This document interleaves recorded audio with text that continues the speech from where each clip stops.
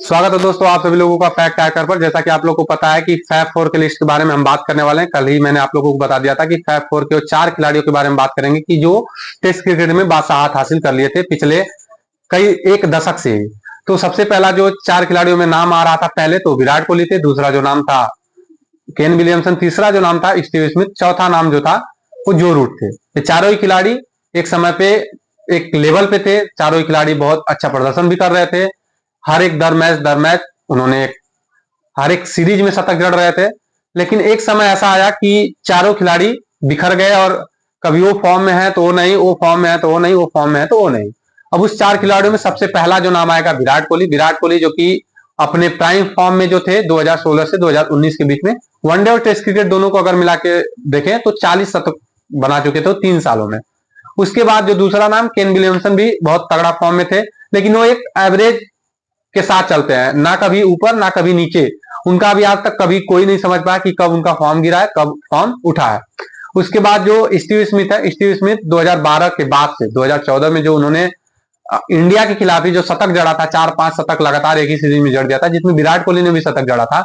उसके बाद से स्टीव स्मिथ जो कि वो ऐसे प्लेयर है कि वो एज ए बॉलर आए थे, लेकिन जब वो एज ए बॉलर आने के बाद एक समय जब इंडिया के खिलाफ 4-5 शतक एक ही टेस्ट सीरीज में जड़ दिया तो उन्होंने एक बैटिंग के लिए परिपूर्ण हो गए और सबसे सफल बल्लेबाज ऑस्ट्रेलिया के लिए भी हो गए। तो जब स्टीव स्मिथ ने 2014 में 5 शतक मारे थे तो उनका भी फैब फोर लिस्ट में नाम आ गया। अब जो रूट थे, जो रूट का भी डेब्यू 2012 या 13 में हुआ था, तो उन्होंने भी एक एवरेज के साथ अच्छा पारी खेल रहे थे। लेकिन जो चीज चाहिए था वो कब आया वो आप लोग को पता है। मैं आगे वीडियो में बताऊंगा कि कैसे कैसे चीजें जो रूट में भी बदला। तो सबसे पहले हम बात कर रहे हैं कि फैब फोर लिस्ट होता क्या है। बहुत सारे लोगों को पता ही नहीं कि फैब फोर होता क्या है, फैब फोर का मतलब क्या होता है। बहुत सारे लोग पेपर में देखते हैं, यूट्यूब पर देखते हैं कि फैब फोर वो कौन से 4 खिलाड़ी आते हैं। तो फैब फोर इस तरीके से बनाया जाता है कि जो 4 खिलाड़ी टेस्ट क्रिकेट में सबसे अच्छा प्रदर्शन कर रहे होते हैं वो फैब फोर की लिस्ट में आते हैं।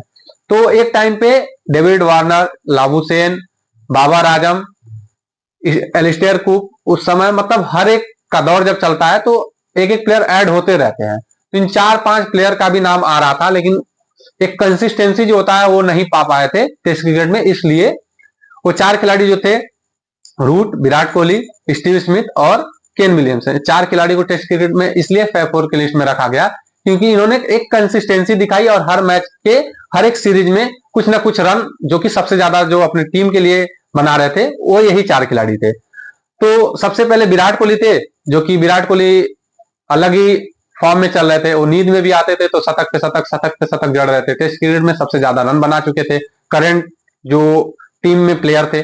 उसके बाद केन विलियमसन का भी वही हाल था, वो रन बनाते जा रहे थे। उसके बाद स्टीव स्मिथ का भी एक फॉर्म था 2018, 19, 20, जो कि अलग ही फॉर्म में चल रहे थे। लेकिन आप लोग को पता है बॉल टेम्परिंग कारण जब 1 साल का जब टेस्ट क्रिकेट में डेविड वार्नर और स्टीव स्मिथ जब बैन हुए थे तो उसके बाद जब कमबैक किए तो उतना अच्छा प्रदर्शन नहीं कर पाए जो पिछले 1 साल पहले जब वो टेस्ट क्रिकेट में बैन नहीं हुए थे उससे पहले कर रहे थे। उसके बाद जो चौथा नाम है जो रूट का, जो रूट एक एवरेज प्लेयर के साथ साथ, जब आप लोग को पता है कि 2020 के बाद सारे प्लेयर डाउन होते गए, लेकिन जो रूट का दबदबा बनता गया। विराट कोहली जो कि 2020 से पहले टेस्ट क्रिकेट में 27 शतक था और विराट कोहली का जो रूट का 17 शतक था और विराट कोहली का 27 शतक था। और 3 साल बाद जब एक आंकड़ा देखा गया तो 3 साल बाद विराट कोहली का 29 शतक और जो रूट का 35 शतक। तो आप अंदाजा लगा सकते हैं कि 3 सालों में जो रूट ने किया है, जो रूट 18 शतक मार के पहले नंबर पे है।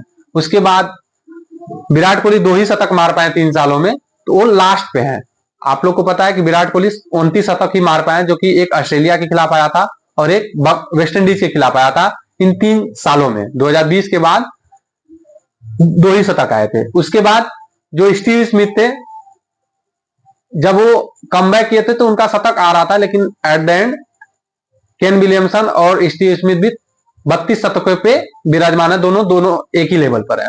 अब जो क्वेश्चन ये उठ रहे थे कि जब आखिरी समय आएगा तो चारों ही प्लेयर जब टेस्ट क्रिकेट से संन्यास लेंगे तो सबसे ज्यादा रन किसका होगा और सबसे ज्यादा शतक किसका होगा। और एक सवाल और भी उठता है कि क्या विराट जो सचिन तेंदुलकर का टेस्ट क्रिकेट में 51 शतक का रिकॉर्ड है, जो कि वनडे क्रिकेट का जो रिकॉर्ड था 50 शतक का 49 शतक का, वो विराट कोहली आसानी से तोड़ दिए।